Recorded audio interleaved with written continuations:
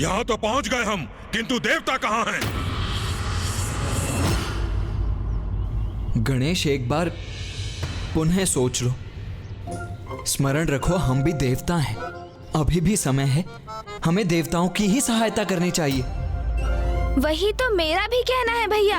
हम देवता हैं, इसलिए देवताओं को हमारा साथ देना चाहिए था, किंतु ऐसा नहीं किया ना उन्होंने। नहीं भैया, अब मेरे लिए तो सबसे महत्वपूर्ण आपकी सुरक्षा है।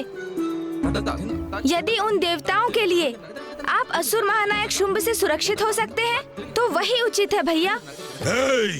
बहुत हुआ भ्राताओं का स्नेहालाप। मेरा समय व्यर्थ मत करो। मुझे बताओ, कहाँ छुपे हैं देवता? नहीं गणेश, इस अदृश्य दीवार के उस पार।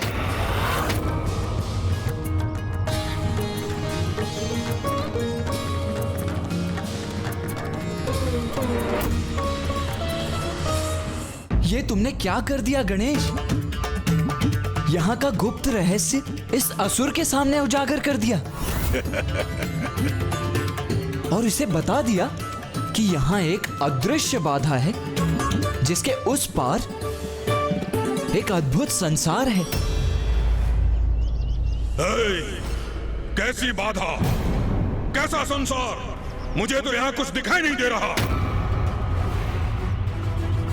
तुम मुझे मूर्ख बनाने का प्रयास कर रहे हो? नहीं नहीं असुर जी, ये कैसे संभव है?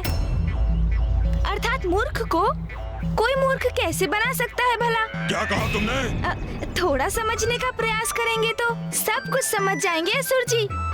मैंने कहा ना, वो अदृश्य बाधा है, और जो अदृश्य है वो आपको कैसे दिखाई दे सकती है? बस बहुत हुआ, अभी सब स्पष्ट हो जाएगा।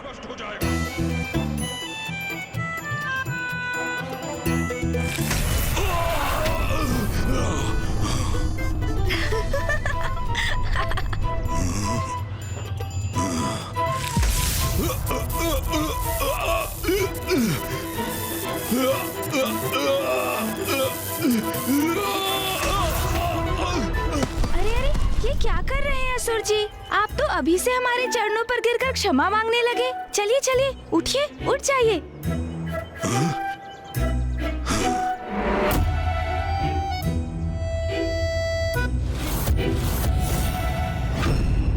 स्पष्ट हो गया ना असुर जी? तो अब ये भी ध्यान से सुनिए। सूर्य देव, वायु देव, वरुण देव और अग्नि देव और सभी देवियां इस अदृश्य बाधा के उस पार छिपे हैं, और वो सभी जगत जननी माँ कौशिकी के संरक्षण में हैं।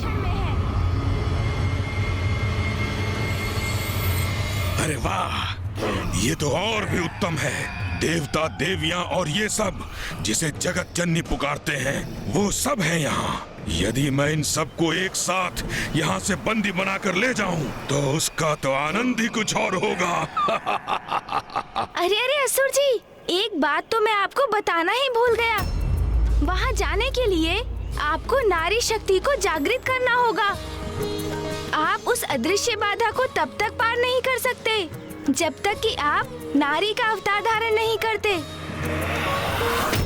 क्योंकि माता कौशिकी वहाँ अपने भक्तों को नारी रूप में ही आने की अनुमति देती है।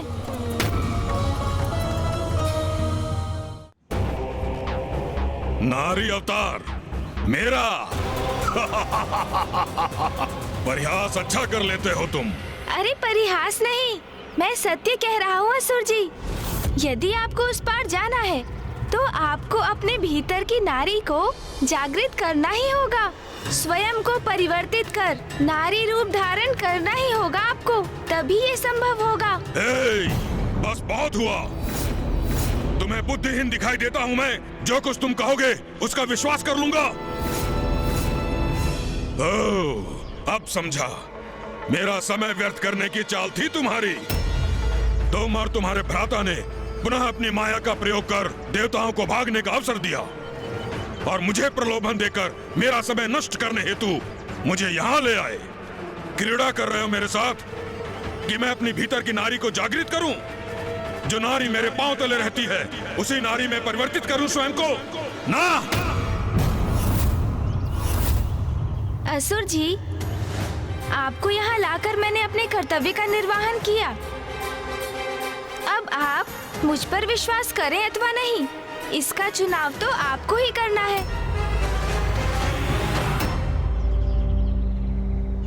माँ, हमने अपना दायित्व निभा दिया, अब हमें आज्ञा दीजिए। प्रणाम माँ।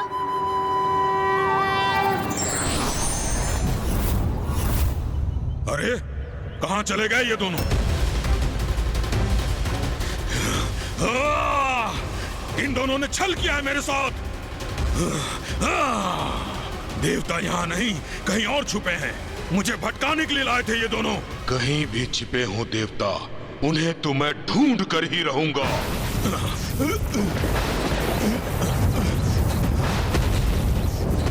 ये सब क्या हो रहा है यहाँ?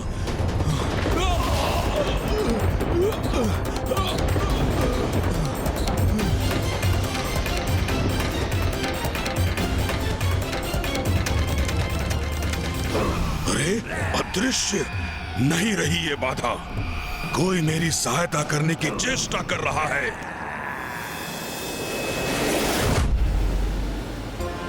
माँ ने जैसा कहा था उसके अनुसार हमारी योजना किसी भी प्रकार से शुंभ के सेनापति को विंध्याचल पर्वत पर ले जाने की थी, किंतु धूम्रलोचन इतनी सहजता से हमारे पीछे आने वाला नहीं था। वो तो युद्ध कर देवताओं और भैया को भी बंदी बनाना चाहता था। इसलिए मैंने और भैया ने उन्हें भ्रमित करने के लिए ये योजना बनाई और छल से मैंने उनका विश्वास जीत लिया। किंतु गणेश, तुमने उस दुष्ट धूम्रलोचन को नारी रूप धारण कर भीतर जाने का सुझाव क्यों दिया? भैया, माँ तो जगत जननी है और सभी उनकी संतानें हैं। हम, आप, देवगण और असुर भी। और वो अपनी सभी संतानों को सुधरने का एक अवसर अवश्य देती है। मैं तो धूम्रलोचन को माँ के दर्शन करने का अवसर दे रहा था। यदि वो भक्ति भाव से वहाँ जाकर माँ के दर्शन करता तो उसके समस्त पाप धुल जाते। किंतु वो तो नारी को स्वयं से भिन्न समझता है, इसलिए ऐसा स्वर्णिम अवसर पाकर भी उसने इसे गंवा दिया।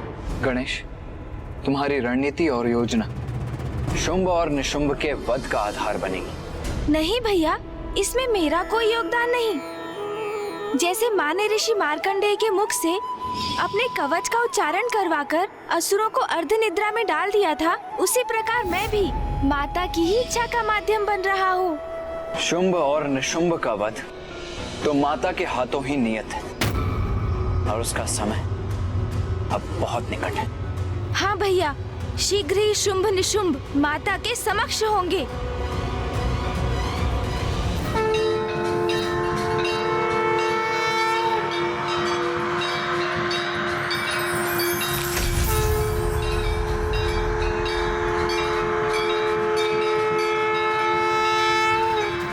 इस पारदर्शी बाधा के उस पार ये देवियां यहीं स्थित हैं वो। अरे इनके समक्ष ये कैसी अद्भुत ज्योति स्थित है। अद्भुत, ऐसा अद्भुत सौंदर्य तो पूर्व में मैंने कभी नहीं देखा। कौन है ये सुंदरी?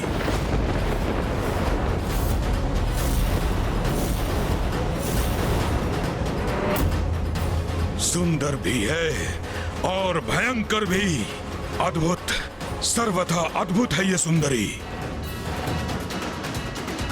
मैं अभी जाकर महाराज शुंभ को इस बारे में सूचित करता हूँ। तुम्हारे अंत का आरंभ अब हो चुका है असुरों।